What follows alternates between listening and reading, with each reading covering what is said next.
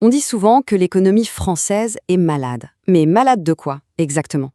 Eh bien, son principal symptôme, c'est un profond manque de confiance. Un doute qui paralyse un peu tout, des décisions des ménages aux investissements des entreprises.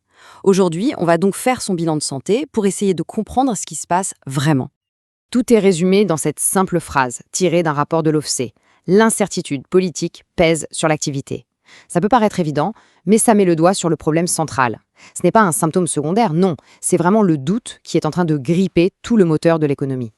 Et attention, ce n'est pas juste une impression ou un sentiment diffus. Cet indice, il mesure très concrètement le niveau d'incertitude. Et le pic qu'on observe là, il est spectaculaire. C'est un signal très clair. Quand l'avenir est aussi flou, les entreprises comme les particuliers, eh bien, ils appuient sur le bouton pause. Et ça, c'est un frein bien réel, quantifiable pour toute l'économie. Allez, on commence notre bilan de santé avec le premier signe vital, le marché du travail. Et là, les symptômes sont assez contradictoires. C'est un peu comme si l'économie avait de la fièvre. Voici le chiffre à retenir, 8,0%. C'est la prévision du taux de chômage pour 2026. Alors qu'on a connu des années d'amélioration sur le front de l'emploi, la courbe menace sérieusement de s'inverser. Le chômage pourrait donc bel et bien repartir à la hausse. Et c'est là qu'on touche au cœur du paradoxe. D'un côté, et c'est une bonne nouvelle, la France a créé beaucoup d'emplois ces dernières années.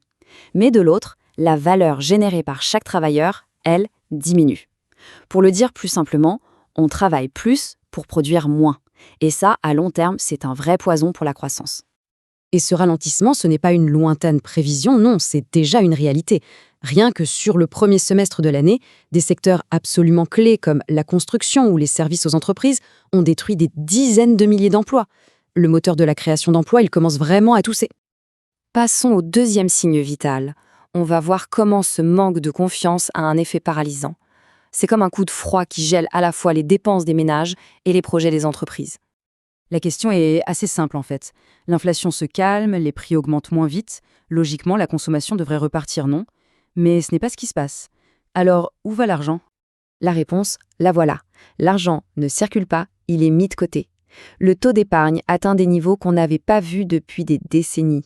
Au lieu d'aller dans les commerces, dans les services, bref, d'alimenter l'économie, l'argent sert à construire un énorme matelas de sécurité, par peur de l'avenir. Alors, pourquoi cette frénésie d'épargne? Il y a 3 raisons principales. D'abord, la prudence, tout simplement. Face à l'incertitude, on met de côté au cas où. Ensuite, les taux d'intérêt sont élevés, ce qui rend l'épargne plus rentable que la dépense. Et enfin, les ménages cherchent à reconstituer ce que l'inflation a grignoté sur leur patrimoine. C'est un réflexe de protection tout à fait logique, mais qui met un coup de frein à toute l'économie. Et attention, cette frilosité ne touche pas que les particuliers. C'est la même chose du côté des entreprises. Elles aussi sont sur la réserve. Elles anticipent une demande plus faible et des crédits plus chers, alors que font-elles? Elles reportent leurs investissements. Le doute, c'est vraiment contagieux. Bon, on a vu les symptômes. Un emploi fragile, une consommation et un investissement en berne. Il est temps de passer au diagnostic. Qu'est-ce qui se cache vraiment derrière tous ces problèmes? Le cœur du problème, le voici. La productivité. Aujourd'hui en France, un travailleur crée en moyenne 3,5% de richesse en moins qu'en 2019. Attention, ce n'est pas une stagnation, c'est un recul net. Et ça, c'est un phénomène très, très inquiétant pour l'avenir. Mais alors, d'où vient cette chute? C'est ça qui est étonnant. Elle ne vient pas forcément des secteurs de pointe, mais de véritables piliers de notre économie quotidienne, le commerce et la construction. À eux deux, ces secteurs sont responsables de la majeure partie de cette perte de productivité au niveau national. Et pour bien mesurer le défi sur le long terme, il suffit de regarder un chiffre. L'investissement dans l'intelligence artificielle sur les 10 dernières années. Aux États-Unis, 335 milliards de dollars. En France, 8 milliards. C'est même plus un fossé là, c'est un canyon. Notre retard dans les technologies qui préparent l'avenir explique en grande partie nos problèmes de productivité d'aujourd'hui. Le diagnostic est posé. Alors, quel est le pronostic? Et surtout, quel pourrait être le remède? Eh bien, le chemin pour guérir l'économie française s'annonce difficile et il est rempli de choix qui ne seront pas simples. Le premier obstacle, c'est que l'État a un peu les mains liées. La dette publique en ce moment crée un effet boule de neige. Elle augmente toute seule à cause des intérêts. Avec une dette qui approche les 118% du PIB, la marge de manœuvre pour relancer l'économie est devenue quasi inexistante.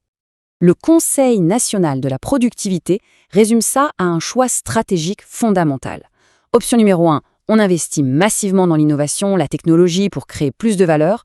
Option numéro 2, on est contraint de baisser les coûts et donc potentiellement les salaires pour rester compétitif. C'est vraiment un choix qui va déterminer le visage de l'économie française pour les décennies à venir. Et au final, on en revient toujours au point de départ.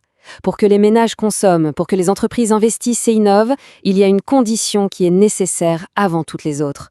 La vraie question, ce n'est peut-être pas de savoir quel remède technique choisir, mais plutôt de savoir comment on peut restaurer cet ingrédient essentiel qui a disparu, la confiance.